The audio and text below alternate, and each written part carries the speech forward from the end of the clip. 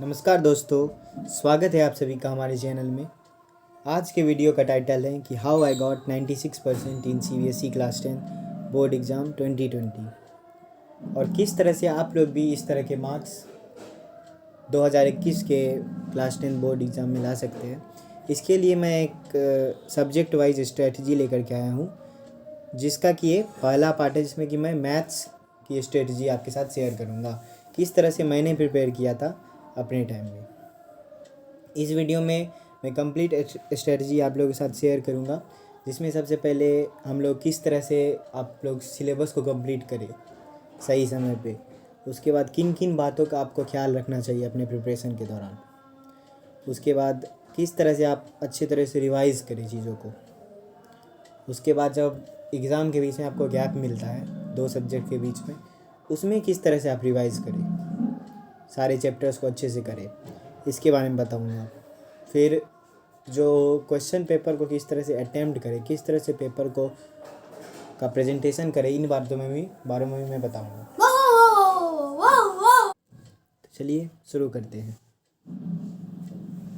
तो सबसे पहले मैं आप लोगों को अपना मार्कशीट दिखा देता हूँ। ये आप देख सकते हैं मेरा मार्कशीट, जिसमें कि मेरे इंग्लिश में 95 मार्क्स आए हैं, संस्कृत में 96, मैथ्स में 96 मार्क्स आए हैं, साइंस में 95 मार्क्स और सोशल स्टडीज़ में 98 मार्क्स। तो इस तरह के मार्क्स आप लोग भी कैसे लाए, इसके बारे में आज लोगों को बताऊंगा। चलिए, तो सबसे पहले हम लोग बात करते हैं कि strategy to cover syllabus of math effectively. किस तरह से आप लोग सही समय पे इफ़ेक्टिव तरीके से मैथ का सिलेबस कंप्लीट कर सकते हैं।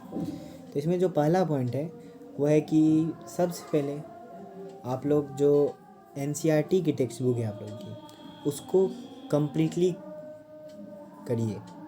उसके जितने भी सॉल्व्ड एग्जांपल्स हैं, उसके एक्सरसाइजेज, उसको अच्छे से एक बार पूरा कंप्लीट कर लीजिए।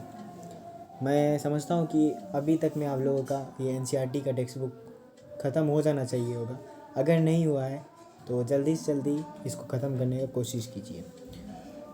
उसके बाद जब आप लोग NCERT कर लेंगे, उसके बाद मैं आपको सजेस्ट करूँगा कि कोई रेफरेंस बुक, जैसे कि मोस्टली बच्चे RD शर्मा या RS अग्रवाल से किताब करते हैं। मैंने अपने केस में RD शर्मा किया था।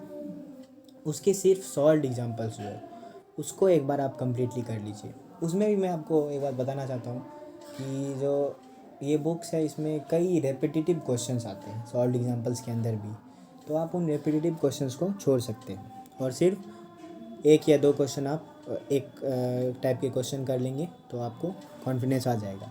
उसके बाद मैं आपको सजेस्ट करूँगा कि जब आप ये दोनों चीज़ अच्छे से कर लें, तो फिर आप जो प्रीवियस ईयर्स के CBSE के पेपर्स है मैथ्स के, उसको एक बार सॉल्व करें, या जो CBSE का जो लेटेस्ट पैटर्न के ऊपर जो सैम्पल पेपर्स है जो कि मार्केट में भी अवेलेबल है, CBSE ने भी शायद जारी कर दिया होगा, तो उन सैम्पल पेपर्स को आप जो गिवन टाइम फ्रेम होता है 3 आवर्स का, उसमें आप उसको कंप्लीट करने का कोशिश करिए, ताकि आपका टाइम मैनेजमेंट भी अच्छा हो सके और आप अच्छे से सारी चीज़ों को रिकॉल भी कर सकें। अब हम लोग बात करते हैं कुछ ध्यान देने वाली बातों के बारे में।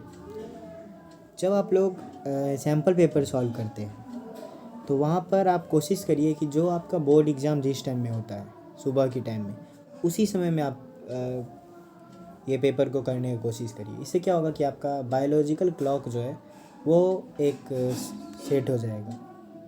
इससे आपकी प्रैक्टिस हो जाएगी, उस टाइम में ही पेपर को अटेम्प्ट करने की एक मेंटालिटी आ जाएगी आपके अंदर। और घर के अंदर ही आप एग्ज़ाम इन्वायरमेंट क्रिएट करने की कोशिश कीजिए, और कठिन परिस्थितियों में भी किस तरह से प्रेशर में आप 3 घंटों में समाप्त कर सके, वो करने की कोशिश कीजिए। उसके बाद जब आप क्वेश्चन सॉल्व करते हैं, तो उस समय मैं आपको सजेस्ट करूँगा कि जो क्वेश्चन आपको डिफ़िकल्ट लगा या जो क्वेश्चन आप पहली बार में नहीं कर पाए, उन क्वेश्चन पे आप या तो सर्कल बनाइए या स्टार बनाइए। इससे क्या होगा कि जब आप रिवाइज़ करेंगे, जब आप रिवाइज़ करेंगे दोबारा, तो क्या होगा कि आप सिर्फ वही क्वेश्चंस करेंगे, तो आपका समय बचेगा, आप इफ़ेक्टिवली चीज़ों को रिवाइज़ कर पाएंगे। उसके बाद जो NCERT के टेक्स्ट बुक में जितने भी थ्योरम्स दिए हुए, उन सभी थ्योरम्स को आप एक बार अच्छे से कर लीजिए। उससे क्या होगा कि कई बार एग्ज़ाम में डायरेक्ट थ्योरम पूछे जाते हैं, तो उसमें आप के पक्के मार्क्स आ जाएंगे। उसके बाद जितने भी फार्मूलेज़ हैं, कई सारे फार्मूले, कई सारे चैप्टर्स ऐसे हैं जिसमें कि कई सारे आपको फार्मूलेज़ देखने को, जैसे कि सरफेस एरिया, वॉल्यूम, इन तरह के चैप्टर्स में आपको कई फार्मूले दिखते हैं। तो आप क्या करिए, बार बार फार्मूले का क्वेश्चंस में अटेम्प्ट करिएगा, तो उससे भी आपको फार्मूले याद होंगे। बार बार लिखिए तो उससे आपको अपने आप याद होंगे, इसमें आपको रटने की ज़रूरत नहीं पड़ेगी। उसके बाद आगे चलते हैं हम लोग रिवीजन स्ट्रेटजी, किस तरह से रिवीजन करें। तो सबसे पहले जो थ्योरी है उसको काफ़ी फटाफट आप लोग कंप्लीट करिए, ज़्यादा समय थ्योरी पे देने से कोई फ़ायदा नहीं है। उसके बाद वही क्वेश्चंस करिए जो हमने बताया था कि आप मार्क करिए, उन मार्क्ड क्वेश्चन को एक बार आप क्वेश्चंस करिए, उससे क्या होगा कि आपका रिवीजन अच्छे से हो पाएगा। और उसके बाद जो PYQs है, जो प्रीवियस ईयर के क्वेश्चन है, उसको एक बार अटेम्प्ट करिए। सारे क्वेश्चन करने की ज़रूरत नहीं है, कुछ क्वेश्चंस को आप करिए, उससे क्या होगा कि आपके कॉन्फिडेंस गेन होगा कि मैं CBSE का प्रीवियस ईयर क्वेश्चन कर पा रहा हूँ, उससे आपका कॉन्फिडेंस गेन होगा। तो अब चलिए नेक्स्ट टॉपिक पे, ये है कि what to do during exam gaps. तो जब एग्ज़ाम गैप्स होता है उसमें किस तरह से आपको क्या करना चाहिए। तो उस समय मैं आपको सजेस्ट करूँगा कि आप सिर्फ और सिर्फ NCERT टेक्स्ट बुक पे ही ध्यान दें, उसके जो मार्क क्वेश्चन है उसको एक बार और करिए, ताकि आपको किसी भी तरह का उसमें कन्फ्यूज़न ना रहे। ज़्यादातर CBSE में हम लोग को देखने को मिला है कि NCERT से ही क्वेश्चन आते हैं, उसमें कुछ कुछ चेंजेस के साथ आते हैं। तो आप NCERT कर लेंगे तो आप काफ़ी अच्छे क्वेश्चन बनेंगे। उसके बाद सभी फॉर्मूले के बाद आप रिकॉल करिए, सभी को अगर याद नहीं है तो याद करिए। उसके बाद जो भी इम्पोर्टेंट थ्योरम्स है, उन सभी इम्पोर्टेंट थ्योरम्स को आप एक बार अपने राइटिंग में अच्छे से एक बार फिर से लिखिए, ताकि आपको याद रहे चीज़ें। उसके बाद कुछ और PYQs आप कर सकते हैं इस बीच में, और उन टॉपिक्स को प्रैक्टिस करिए जो कि आपके वीक रह गए, जो जिसमें आपको कॉन्फिडेंस उतना नहीं है, आपको लगता है कि मुझे ये टॉपिक नहीं आती है, तो उस टॉपिक पे प्रैक्टिस करिए। चलिए नेक्स्ट टॉपिक में हम लोग जाते हैं, ये है कि how to attempt question paper and write question paper effectively property. तो इसमें आपको सबसे पहला ध्यान ये रखना है कि अपना जो आप कॉपी लिखते हैं उसमें ज़्यादा स्क्रिबल मत करिए, ज़्यादा घसिए वगैरह नहीं। आपको क्या करना है कि आपके कॉपी को जितना नीट एंड क्लीन रख सके उतना आप उसको नीट एंड क्लीन रखिए।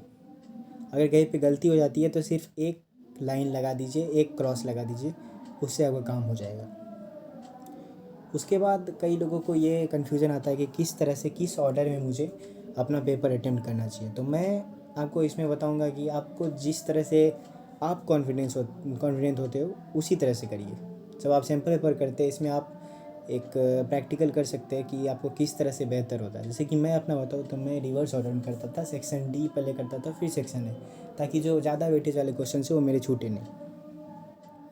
उसके बाद टाइम मैनेजमेंट बहुत इंपॉर्टेंट है मैथ के एग्ज़ाम में, क्योंकि पेपर बहुत लोगों का छूट जाता है। वो प्री बोर्ड्स वगैरह आपके होंगे, उसमें आप देखिए कि किस तरह से आप सही समय पे कंप्लीट कर सकें, तो इस सब पे ध्यान दीजिए। उसके बाद किसी भी प्रॉब्लम में मैं कहूँगा कि 5 मिनट से ज़्यादा आप नहीं हटेंगे। जब आप क्वेश्चन पेपर लिखेंगे तो उसमें अगर कोई क्वेश्चन आपसे नहीं हो रहा है तो उस क्वेश्चन को छोड़ करके आगे क्वेश्चन पे जाइए, और जब आपके पास आगे समय बचेगा, पेपर आप जब कंप्लीट कर लेंगे तब उसको अटेम्प्ट करिए, इससे आपका समय बचेगा, बर्बाद नहीं होगा समय।